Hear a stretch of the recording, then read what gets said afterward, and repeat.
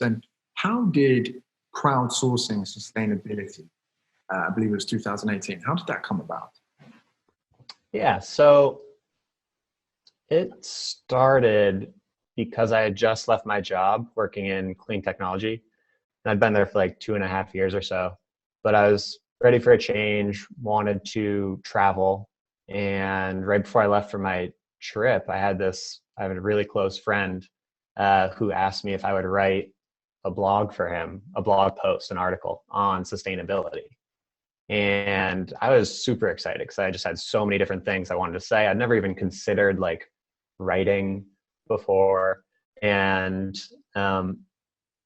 this idea evolved over the course of the trip from, just this one article to like, maybe I should start my own blog on this subject to thinking like, okay, I'm only one person. What can I do? I think the best thing I can do is, get as many other people together to work on this issue as possible. And yeah, so I just kind of gave it a go. I felt that in the worst case scenario, only some friends and family would read it, and maybe that would change some minds, and then I'd move on to the next thing. But I've stuck with it. I've felt that especially back in 2017 when I was thinking about this, I was like, no one's talking about this the way that I think it could be talked about. Like it could resonate so much more deeply, especially in the media, the way we're discussing this issue.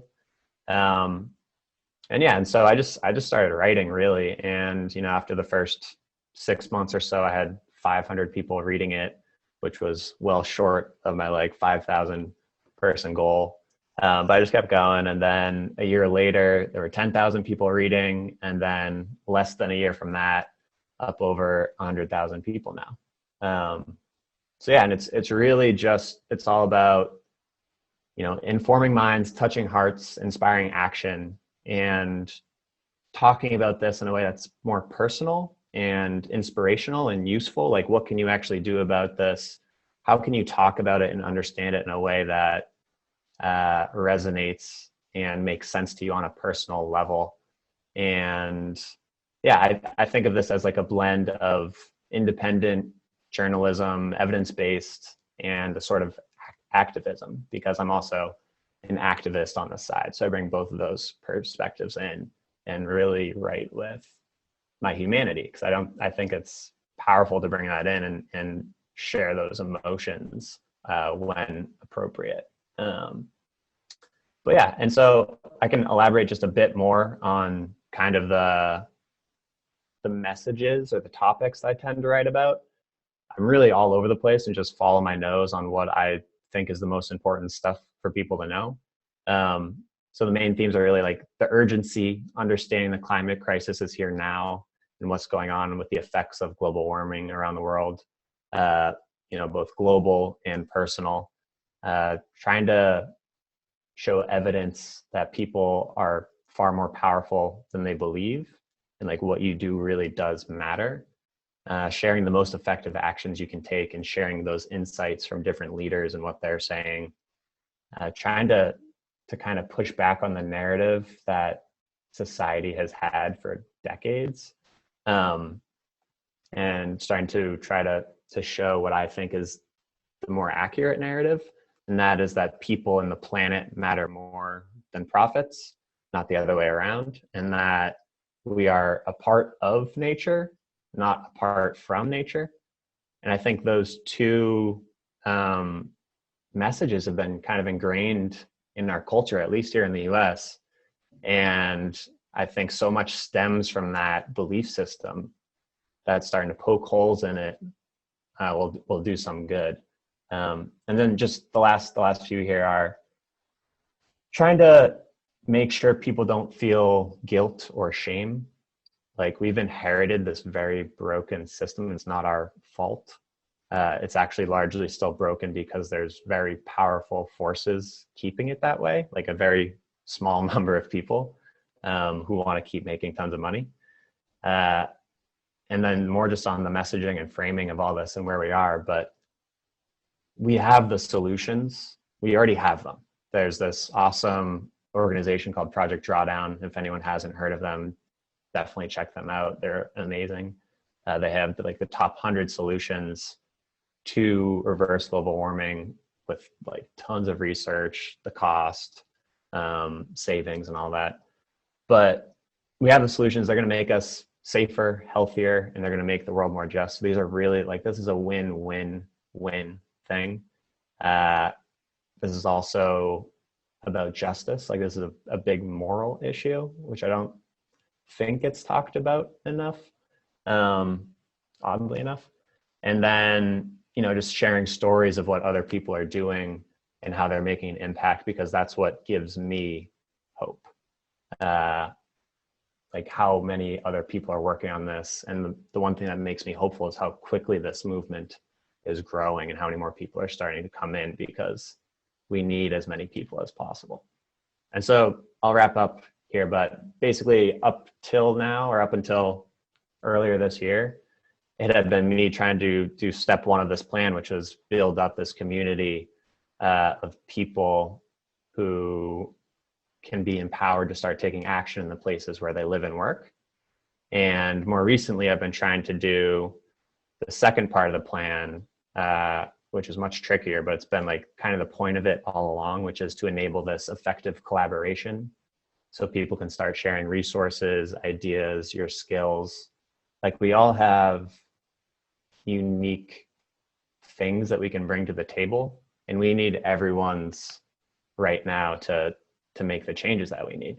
And so we started to connect in Slack, and people are starting to share with each other and connect. Still trying to crack that nut of how do we scale this up and to collaborate effectively. But like, I'm very, very excited to see like TED doing the countdown project, like lots of parallels to what I'm trying to do. And I'm just very excited that more people are starting to be like, okay, how do we work together on this? How do we get this done? Who's done this well? How can we learn from them and bring all these best practices and experiences together to move forward faster together? As a writer then, what has been the biggest challenge in growing this platform and spreading the message? Yeah, so honestly, the biggest challenges I've faced are kind of keeping the faith. I mean, I've been doing this for 2.5 years now, and especially the first year or so, you know, you write a newsletter, you put, I can't even tell you how many hours into making that happen between the research and the writing and the editing and touching it up and everything. And then, you know, especially at the beginning, you put that out there, and then the next week you're writing to like maybe 5 or 10 more people. So it was very slow going in the beginning. And then I don't know the full impact of what people do with this. I've heard tons of really cool stories of people using these newsletters in different ways, which is always very uplifting and encouraging for me to be like, okay, sweet. Like, you know, I write this thing and I send it out there, and then I'll hear back from a handful of people, especially at the beginning. But it's those stories of like, hey, like this led me to do this, or this started this conversation. Or there's really cool one I got recently from this guy in Ecuador, and he's like, I write climate cartoons and like comics, and I've been using this as an inspiration for writing these comic books. I'm like, wow. I'm so glad you told me that, because that makes me feel like there's more of an impact here. But especially at the beginning, like keeping the faith that this was going anywhere, that it was useful, that was really challenging. It's also just been a bit challenging because to do this work, I moved back home. Like I've been living with my parents for more than 2 years now. And they're like, I'm incredibly grateful for them, and they've been super supportive. But as anyone knows, like living with your parents in your 20s doesn't come without its challenges. And then lastly, I'd say this isn't so much about writing, but just working in climate. This is a very rewarding space to be in many ways, but it's also incredibly hard. Like this is a tough issue to be thinking about all the time, and just grapple with, and it definitely takes a toll on mental health. We're starting to see, especially among young people, like rising eco-anxiety and climate despair.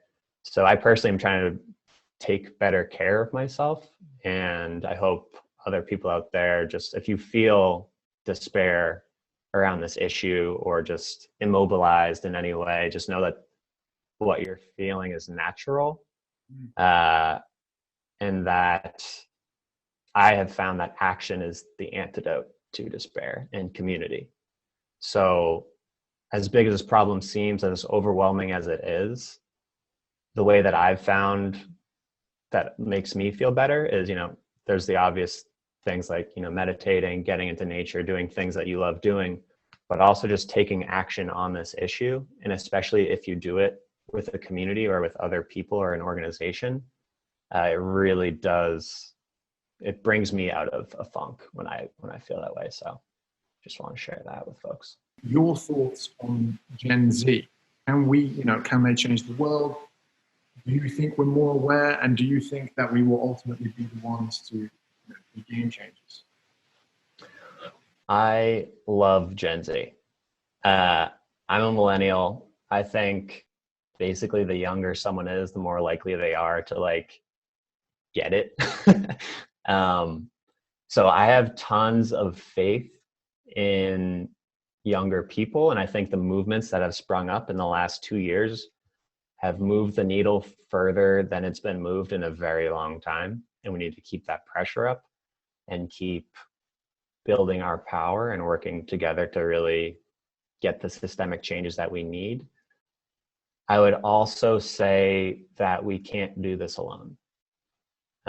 We need the older generations to come with us and start to work with us, because to be frank, we are not the ones in the positions of power right now. We're not the leaders of countries, we're not the CEOs. We need to somehow get them to start moving the same direction that we're going at the pace that we're going. So I would say it's, yes, I have lots of faith. I think, yes, we are going to make these changes for the better. We also have to find ways to work with those older generations because they have a lot of the power right now. Do you think that the US, and I guess the rest of the world, but specifically asking about the US, do you think they're ready to make a change on an environmental level? Is it a different situation to other countries? And I guess, why are people just not getting it? Yeah, so I think first thing real quick, and I'll get more to your question, but when you started to say this, it made me think of it. I don't spend any time really on climate deniers or doubters anymore. I don't think they're worth it. We have enough people who are alarmed or worried to actually make the changes we need. You need a very small amount of people to make change. And so we should focus on the ones who are already closer to where they need to be. In terms of the US, I mean, if you look at surveys done by Yale, they have these really interesting surveys. They've been doing them for 6 years at least now. And if you look at them, you see that people want clean energy. People want to regulate carbon. And even using the words climate change, this has been very politicized in the US, but even using the words climate change, something like 3/4 or 70% of people think that this is happening, and 60 or 65% are worried about it. So there's enough people that get that this is happening and it's an issue, even if they don't get the full extent of how much of an emergency it is. And so I think there are definitely enough people to make the changes that we need to make. It's just a matter of reaching them, organizing them, and starting to come together to exercise our power. If it's in the place you work, like that company or where you go to school, that institution, the community you live in, and then also you can get up to the national, national levels of leadership. But this is kind of an every level we have to work together on it. And I think there are enough people that get it. We just need to come together and make it happen. So build and collaborate. I think it might be interesting just to put a pin in that for a moment and just take advantage quickly of the amount of research and time that you've spent on climate change and understanding the situation. And I guess we'd all be really interested to know, where do we stand according to you and what you know, and what are our projections? Where are we heading? And if we take the right steps, how can we maybe alter that path? Yeah, so we've warmed the world by 1 degree Celsius, a little more than that since the Industrial Revolution. We're on a path for 3 or 4 degrees Celsius, which would be completely catastrophic. I think it's the World Bank some years ago said that a 4-degree warmed world, like we can't guarantee that we'd be able to adapt to that. And so we're on a very bad path. To limit warming to 2 degrees, the UN has said we need to increase our efforts by 3 times. And then to limit warming to the much better, but still not great, 1.5 degrees Celsius, we need to increase our efforts by 5 times. There's a pretty good chance 1.5 degrees is out of the picture right now, which is a tragic thing to say. I mean, the island nations, their slogan has been 1.5 to stay alive. But I mean, the bottom line is we need to move as quickly as possible and prevent as much warming as possible, because that's going to limit the destruction and the challenges we will face. Another key thing, I think, is just the IPCC report from 2018. One of the biggest things that stuck out to me was they said that we need rapid and far-reaching transitions in every aspect of society, and these transitions are just unprecedented in terms of scale. So we're in a big hole, but at the same time, we have all those solutions we need. And again, I'd encourage people to go check out Project Drawdown. So we have these solutions and they're ready, they're economical. What we're missing is the power to implement them. And there's this great quote by Bill McKibben I want to share. And he says, the possibility of swift change lies in people coming together in movements large enough to shift the zeitgeist. So it's all about movements and this people power. So I would just encourage, the key thing to keep in mind, I think, is there's this vast difference between the best and the worst case scenarios. And as far as we know, we're still largely in control of where we end up on that spectrum. And although the effects of global warming are far worse than most anyone expects, we also have the capacity to rebuild a better society much faster than anyone thinks is possible right now. And it's just because we think linearly as humans, but these climatic and social processes actually move exponentially. And so I just think those are some important things to keep in mind when things look this dire. What do you think of David Wallace, The Uninhabitable Earth, and particularly his ideas about the tech solutions to climate breakdown? So I just thought you were touching on solutions. I thought it was an interesting question to throw in. Yeah, so I can answer part of that. I read half of his book, and I think it was really well written. I think he's great. I do that a lot with books. And it was also, I mean, there's just so much that's hard to swallow. I've been meaning to go back to it, but so I don't know specifically what tech solutions he was talking about, or I think that was probably in the second half of the book, but just in general, I'll talk about tech solutions like wind and solar. Those are cheaper, the cheapest form of electricity, and 2/3 coming up on 3/4 of the world right now. We need to accelerate the deployment of those. They're ready. Battery storage is really taken off. The costs are plummeting along those same paths we saw as solar and wind. And you got some other technologies that don't get nearly enough attention, like heat pumps, transforming our heating to electricity, because basically we have to electrify everything. That's how we're going to get to a zero carbon economy. Another one's like refrigerants. Like if you look at Project Drawdown, there are these very powerful greenhouse gases, not CO2, not methane, that are like thousands of times more powerful, and they're in refrigerants. So like our air conditioners, our refrigerators, what have you. And that's something no one ever thinks about. Like that's another technology that needs to be worked on and deployed at scale. And then the other side of the technology that I would think about, or how I think of it, is you got the technology to reduce emissions, and then you have the technologies to take emissions out of the atmosphere. And that second bucket is going to be very important. I think you get more bang for your buck on natural solutions, like the most efficient technology that we have of removing CO2 from the atmosphere are called plants and soil. So I think we need to, take care of the low-hanging fruit first, but that doesn't mean we can't also invest in the machines that are starting to do this as well. It doesn't seem that those are economical yet, but we definitely need to invest in them, because this is an all hands on deck. This is a moonshot kind of operation we need to work on here. Absolutely. Developing that further on solutions.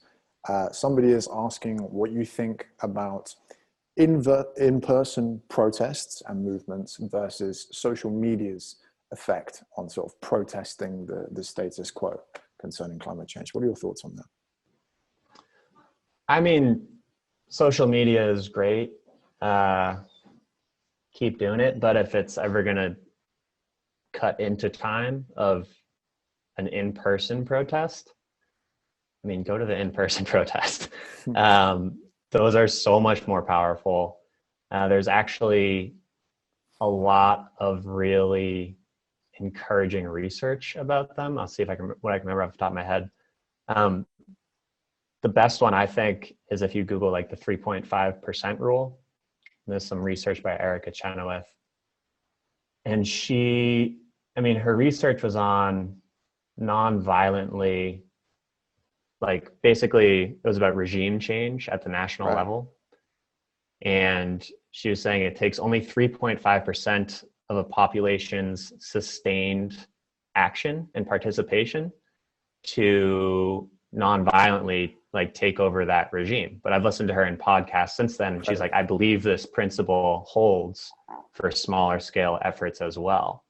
And so you can see this in companies too, like Amazon, like 1% of employees came together and started demanding they act on climate, and they're still nowhere near where they need to be, but they totally accelerated the climate action within that organization. And that was just 1% of employees. Getting back to more the protest aspect of this, I personally think that's one of, if not the most powerful thing people can do, as long as you're peaceful about it. And there's a couple more studies out of like Stanford and Harvard that are something along the lines of, I'm not gonna be able to remember it, but I could follow up with folks if they're interested, because I've written about it before. But it's basically the more protesters there are, it actually swings votes in an election. And there's one other thing, I'm blanking, but I'm more than happy to follow up with that stuff. Protesting is incredibly powerful. More than happy to follow up with that stuff. Protesting is incredibly powerful. I mean, it's everything you're saying is just so insightful. Like, it's so clear that you base your judgments off a place of research, and I think to me it's like mixed in with common sense as well. And it's surprising how like that's so lacking in so many things. I think that's really, really great. I guess further then on solutions and all the research you've been doing, outline for us, what are the big things then globally, as opposed to on the individual sort of few versus the many? What needs to happen on a bigger scale for things to change?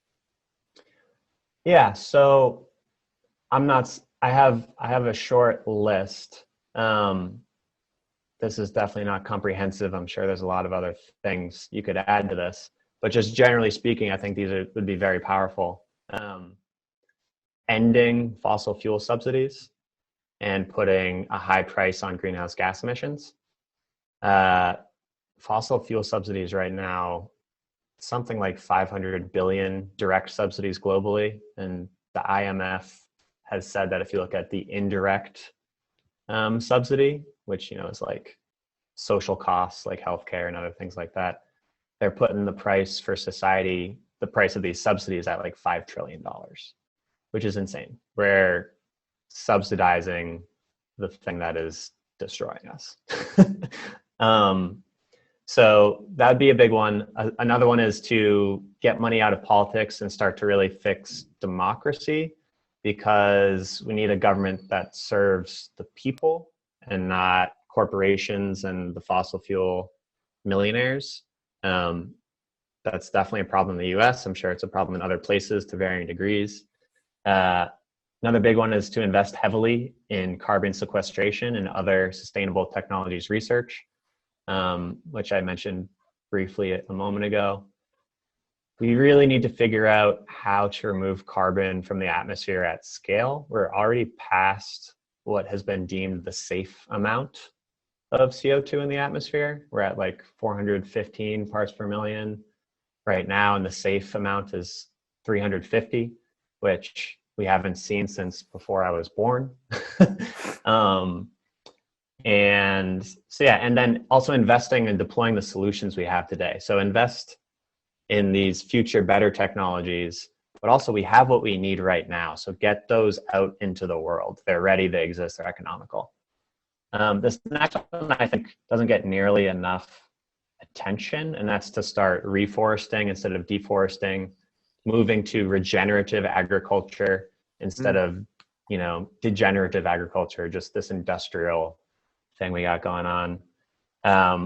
If we do that, it would also make our food healthier. It makes the soil work for us, and a whole host of different things.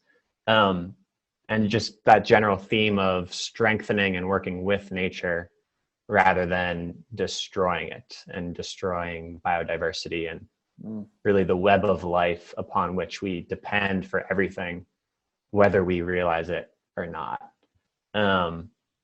So those are really the big ones. And then the last one is just really getting back to the thing I've been talking about all along, is getting more people to step up.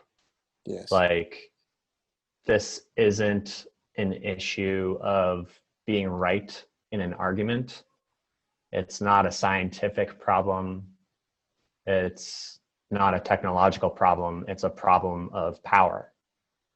And to overcome this entrenched power and the status quo and these forces trying to keep things as they are so that they can keep making money, to overcome that, you need, like that Bill McKibben quote, you need a lot of people working at every level to start making those changes piece by piece.